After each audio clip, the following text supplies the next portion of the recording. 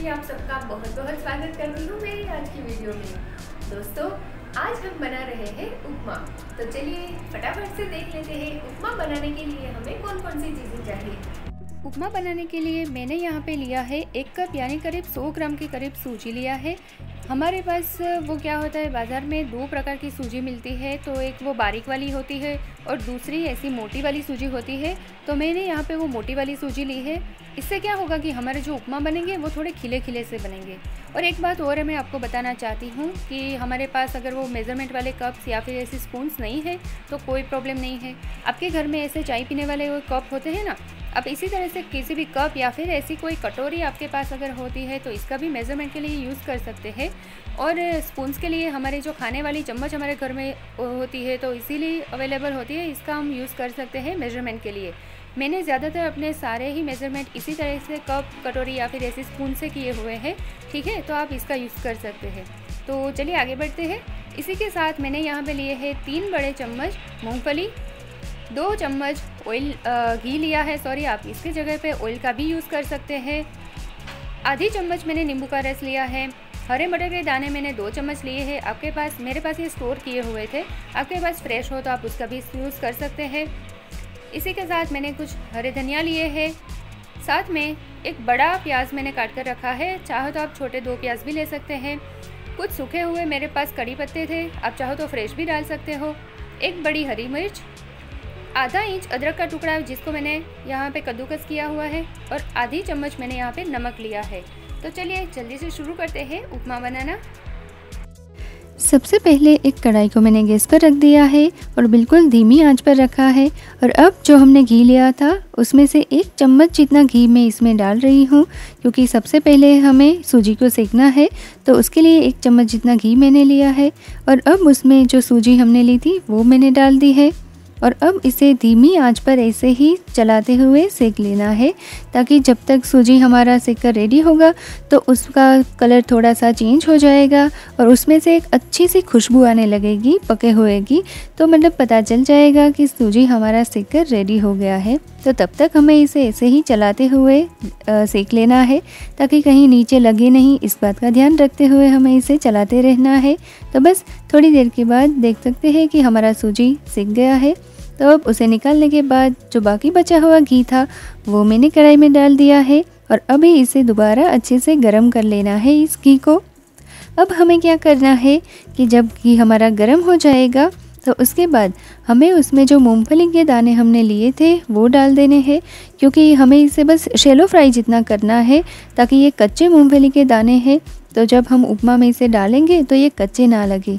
तो बस करीब 1 मिनट तक हमें इसे पकाने के बाद हम इसे निकाल रहे हैं साइड पर। तो बस इसी तरह से चम्मच की मदद से इसे निकाल लीजिए, ताकि बाकी बचा हुआ घी है वो कढ़ाई में ही रहे।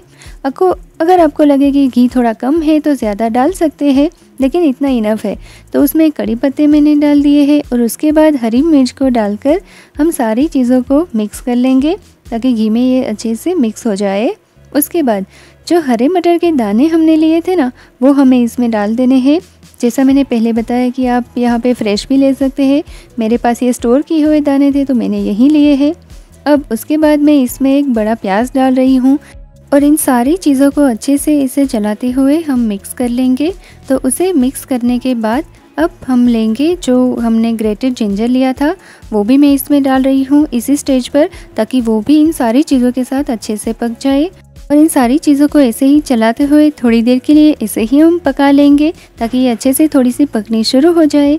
उसके बाद हमें क्या करना है, जो मतलब कप, जिस कप से हमने नाप कर सूजी ली थी ना, बस उसी कप से नाप कर हमें 2.5 कप जितना पानी डालना है। और तो देखिए पानी मैंने डाल दिया है। अब उसके बाद मैंने इसमें नमक डाल दिया है। अब हमें क्या करना है कि जो सेकी हुई सूजी हमने साइड पर रखी थी, उसी सूजी को हम बस थोड़ी थोड़ी करके इसमें डालते जाएंगे, ताकि एक साथ डालने से क्या होगा कि इसमें गुठलियाँ पड़ सकती है, तो हमें खाने में मज़ा नहीं आएगा, हमारा जो उपमा है वो अच्छे से नहीं बनेगा। तो बस थोड़ा थोड़ा करके सूजी आप इसमें डालते जाइए। और अब मैंने देखिए सारी सूजी एक साथ नहीं डाली है, थोड़ी थोड़ी करके डाली है। तो बस ऐसे ही इसे मिक्स कर लीजिए, चला लीजिए। अब हमें क्या करना है कि इसे थोड़ी देर के लिए ऐसे ही पकने देना है। तो एक ढक्कन लगा रही हूँ और करीब 2 से 3 मिनट तक हम इसे ऐसे ही ढककर पका लेंगे। तो देखिए 2 मिनट के बाद मैं देख रही हूँ कि क्या है। देखिए अब हमारा सूजी लग रहा है कि ये पका हुआ है। अब ये अच्छे से मतलब पानी जो है वो भी इसने सोख लिया है। तो अब क्या करना है, अगर आपको लगे कि ज़्यादा पानी है तो आप थोड़ी देर और रख सकते हैं, लेकिन अभी ये परफेक्ट कंसिस्टेंसी में है। तो इस स्टेज पर अब मैं इसमें जो मूंगफली के दाने हमने साइड पर रखे थे वो मैंने डाल दिया है, और नींबू का रस लिया था वो भी अब मैंने इसमें डाल दिया है। और अब इन सारी चीज़ों को हम मिक्स कर लेंगे वापस। अब हमारा उपमा रेडी हो गया है। तो अब इसे हम थोड़े से धनिया पत्तों के साथ गार्निश कर लेंगे। और मैंने थोड़े से रेजिन्स यहाँ पे लिए हैं, जो किशमिश होती है मैं इसमें डाल रही हूँ। ये बिल्कुल ऑप्शनल है, आप चाहे तो डाल सकते हैं वरना स्किप कर दीजिए। तो लीजिए हमारा उपमा बिल्कुल रेडी हो गया है। बहुत ही जल्दी बहुत ही फटाफट बन जाने वाला ये नाश्ता है। तो बस कुछ ही मिनटों में ये रेडी हो जाता है। इंस्टेंट उपमा हमने आज इसी तरह से तैयार कर लिया है।